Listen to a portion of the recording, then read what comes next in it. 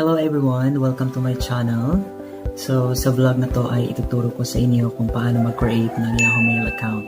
But before that, i-discuss muna natin kung ano ang ibig sabihin ng YahooMail and what are the uses of YahooMail and why is it important to create a YahooMail account. So, first and foremost, Yahoo is an email service launched on October 8, 1997 by the American company Yahoo. Okay, so what are the uses of YahooMail? So it send and receive emails. So it is important to have a YahooMail account because sa panahon ngayon na pandemic, mostly hindi na allowed yung face-to-face kasi nga delikado. So, lahat ng mga documents natin, if possible, ay i-send na natin through email. So, paano natin ito i-send kapag hindi tayo magkaroon ng YahooMail account? So, now I'm going to teach you how to create a YahooMail account. Okay, first step is look for Google app in your cell phone. Okay, so nakita nyo sa screen ko sa pinakababa, may land bank. Sa itaas ng land bank, may Google. So, i-click natin ang Google. Okay, next. May makikita kayo na Google, may Chrome, may Gmail, Maps, YouTube, Drive, Play Music, Google Play, and Duo. Depende yan sa cellphone niyo. So, itong gamit ko ay Android phone. Again, ang gamit ko ay Android phone. So now we have to click Google.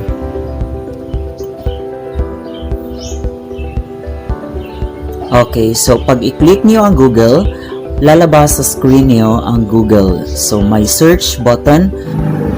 I'm sorry. You have to type YahooMail sa search button. So this time, you have to choose YahooMail.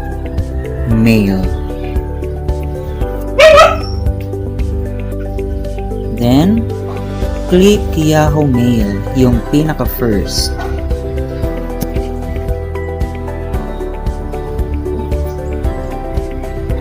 Okay, so yan. So sa baba, scroll down lang natin.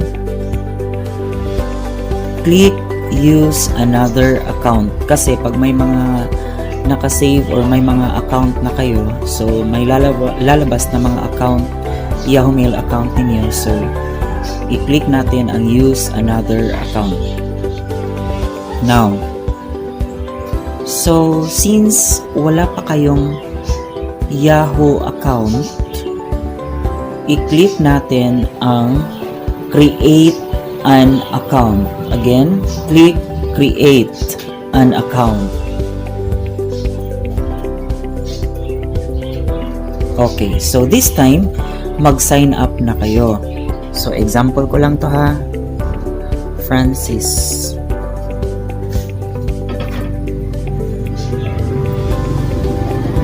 Last name. So inyong apelyido, Erwela. So, pagkatapos i-type ang name at saka last name, ang first name at saka last name, sa next is email address. Kita niyo sa baba, email address at yahoo.com. Okay, i-click natin yan. So, mamili lang kayo. So, may nakalabas, Francis Erwela. So, may arrow sa right. Click lang natin yan. Erwela Francis. Click natin. Erwela F. Francis.Erwela. Erwela.Francis.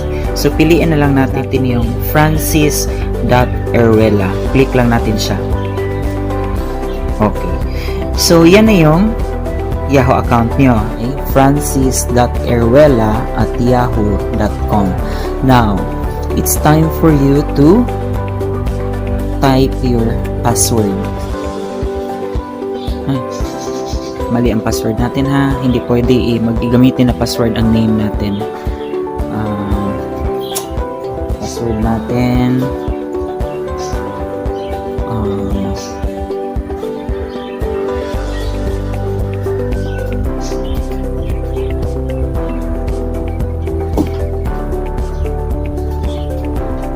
mobile phone number.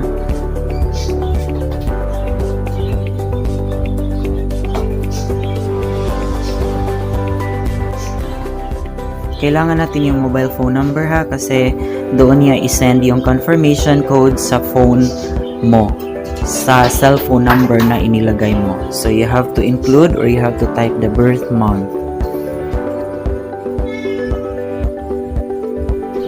January 1, 1985. Gender, pwedeng lagyan, pwede rin hindi. Pero lalagyan na lang natin.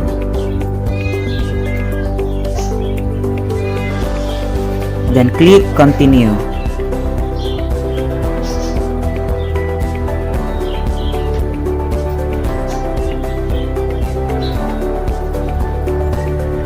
Hintayin lang natin yung verification code. Confirmation code or verification code na isend sa inyong mobile number na inilagay. So ito na yung verification code natin. 37352. So i-type natin dito. 37352. Click natin yung verify.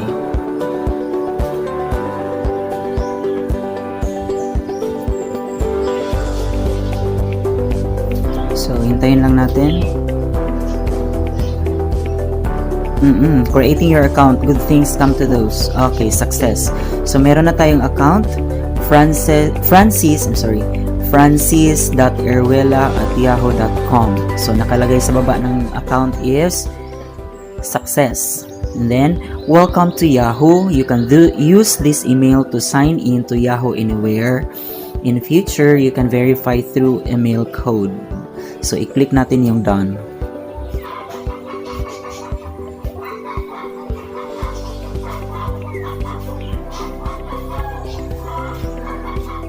So, since na-click na natin yung done, so, basahin ko muna ang nasa screen ha. YahooMail, just one tap away. Why are you still using the browser? The YahooMail app is the easiest way to access your inbox when you're on the go. So, kaya ganito ka-importante ang YahooMail. So, meron nakalagay tap to get YahooMail or go to the mobile site. So, i-click natin yung mobile site.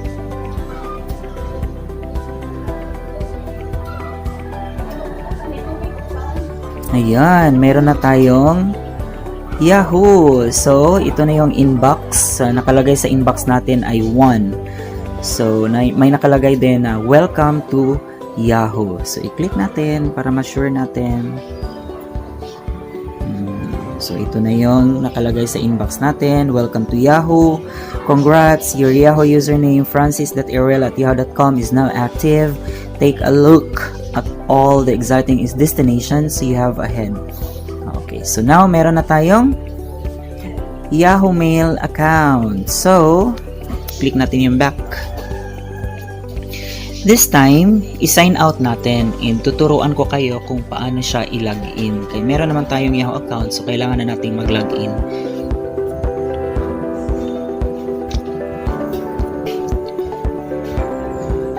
So, kapag hindi cellphone ninyo ang gamit ninyo, kailangan yung mag-sign out para hindi ma-hack ang account ninyo. Iyon ay ituturo ko sa inyo kung paano mag-sign out.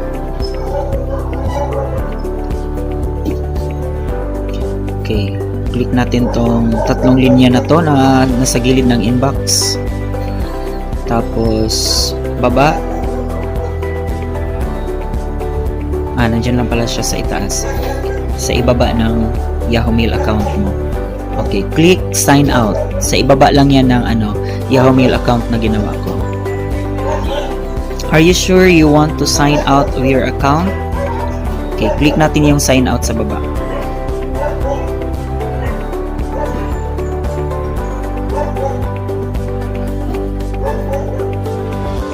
So, hintayin lang natin kasi ang bagal ng internet. Okay, yon. Naka-sign out na tayo. So, kung gusto niyong mag-sign in sa cellphone nyo, so, meron na kayong YahooMail account, 'di ba? Nag-sign up kayo, tapos nakapag-create na kayo, nakapasok na kayo sa inbox, welcome na kayo ni Yahoo, tapos nag-sign out tayo. Okay, so ngayon, mag-login ulit tayo gamit ang YahooMail account na ginawa natin or na ginawa ko. Okay, so hanapin ulit natin yung Google. So dapat naka-wifi kayo ha or may data kayo. Okay, click natin yung Google. So, click natin yung Google. Click natin yung YahooMail.